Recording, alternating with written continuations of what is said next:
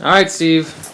You are about to watch The Exorcist, which is on your list of shame. It is, yeah. Mm-hmm. I've avoided it for a long time because I don't like exorcism movies. I think Mhm. they're in the same category as torture porn, Saw and Hostel. So I've just avoided those kind of movies.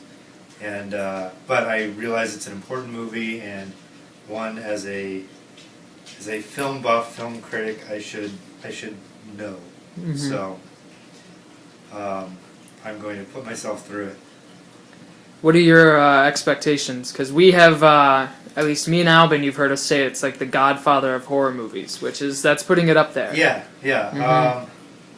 Honestly, I'm not expecting a lot from Okay. it because I don't know. I just don't have, like I said before, I don't like these kind of movies, so I'm actually not expecting to like it.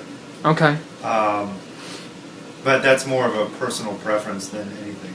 All right. So, and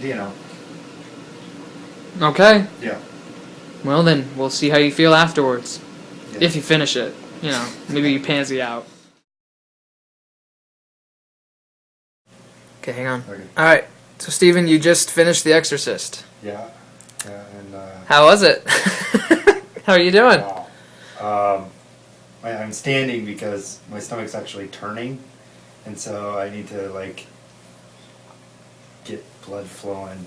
And move around. Yeah. Mm-hmm.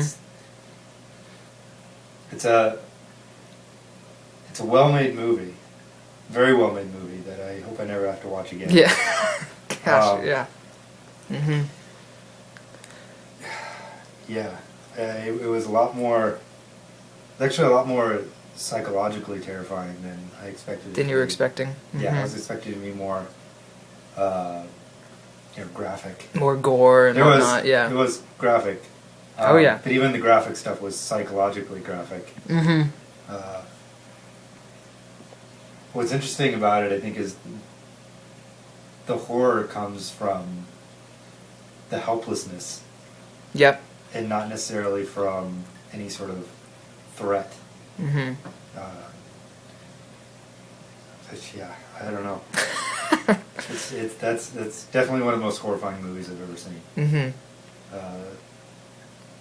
You now understand why it's so controversial. I understand why it's so controversial. I understand why people don't want to watch it. Mm-hmm.